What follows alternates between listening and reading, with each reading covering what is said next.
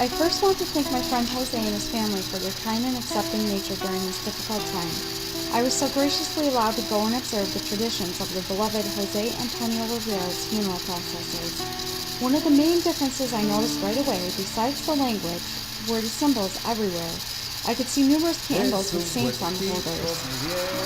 There were personal items both in the casket and on top of it. A mini statue of a saint can be seen here in the casket with Jose. A rosary was draped in his hands and he was dressed in elegant white that matched the inside of his coffin. A large mural of Jesus' hands was displayed in the top of the casket with Al Cuidado de Dios scrolled underneath the hands. This beautiful saying means the care of God. The whole thing was so beautiful to look at, it seemed more like art than a funeral. It seemed that the family took such great care to create this scene, and all out of love for this man.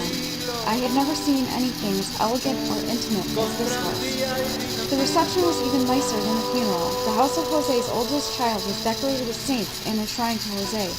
The shrine contained pictures of Jose when he was younger, at his wedding, and birthday parties. It was set up almost like the story of his life. There was also a rosary in the shrine and some more candles with the saints on them burning. Flowers decorated the shrine. I wish I had taken some pictures, but I didn't want to be offensive. The ones of Jose were provided to me. I have some pictures I provided here that are similar to the scene that I witnessed. In many ways, the process of death are alike among cultures. Like in the article I found called Hispanic Funeral Tradition, there is a gathering of family and friends, a funeral, and a burial, then a gathering afterwards. The differences between the Hispanic culture and the American culture are the symbols and the mourning period. Like most end-of-life care, the process of death begins at the deathbed. The priest is invited to give confession, communion, and last rites. After the soul has passed, traditional gatherings begin like the saying of the rosary. The rosary is said by the priest at a church and is a common practice in Hispanic culture according to FSM Funeral Home.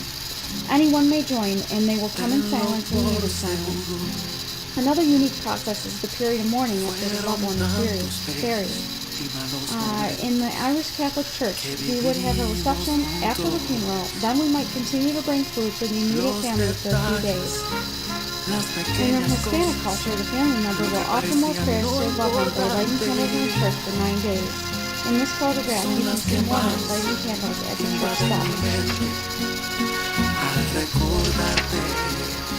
Preservation of human bodies is not a new concept and can be traced back to Egyptians when they mummified their dead. A new trend that is emerging in Puerto Rico, according to my personal friend Jose Rivera, is plastination. Jose has told me a story during our day at his grandfather's funeral that involved the plastination of his good friend's uncle in Puerto Rico.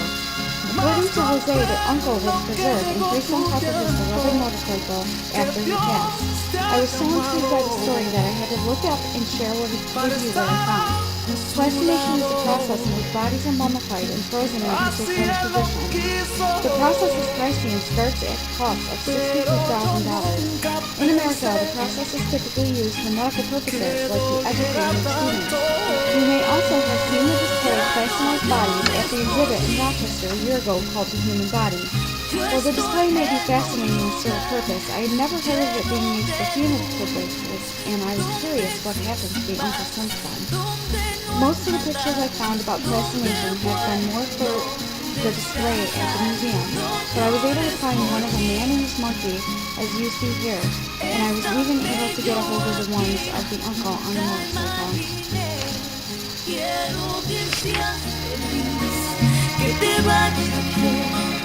Y cuando te toque partir, espero verte aquí.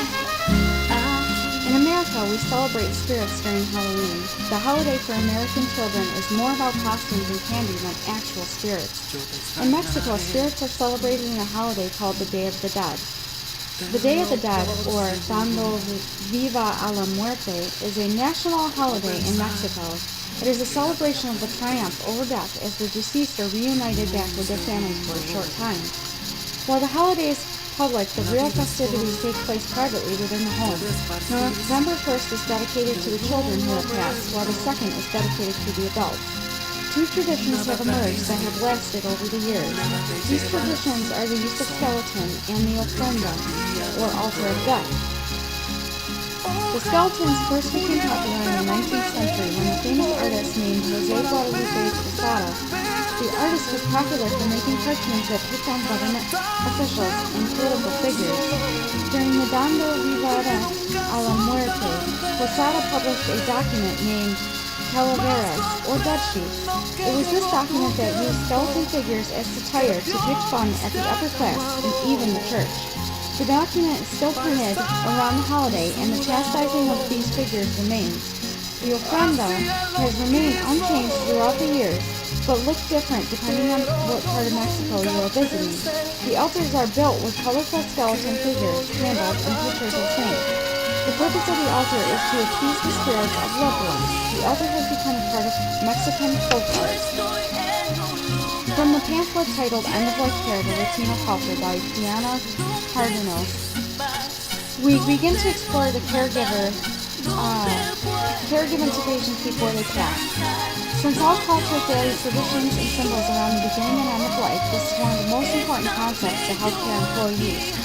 End-of-life care can be one of the most rewarding experiences as a nurse. You may share in these last special moments with patients and families that help them to leave the event feeling satisfied that there was some closure. It is a unique situation that requires cultural competence to maneuver successfully. According to Cardenas, 2007, the Latino culture uses a family-centered care model of care called the Familisimo. To this nurse, this means that decisions about the patient's care will be decided by family and may involve several members. The family members will also want to participate in the spiritual and physical needs of the patient. This may mean that several family members will stand around the patient and pray as light candles to be burned 24 hours.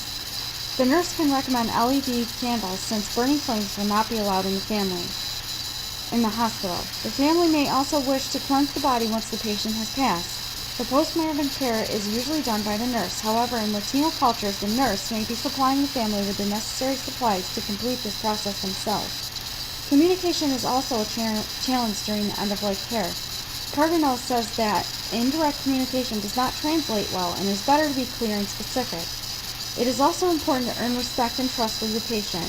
Cardenas suggests addressing patients and families by señor and señora to develop respect. Through this process, the nurse will be added to the inner circle of the family and will better serve them. It is also customary for the healthcare staff to offer support through the hospital social work, including psychologists, to assist with grieving. In the Latino culture, psychologists are viewed as being for mental illness and may be offended by the offer. Cardenas says it is best just to ask the family what services they would want to utilize.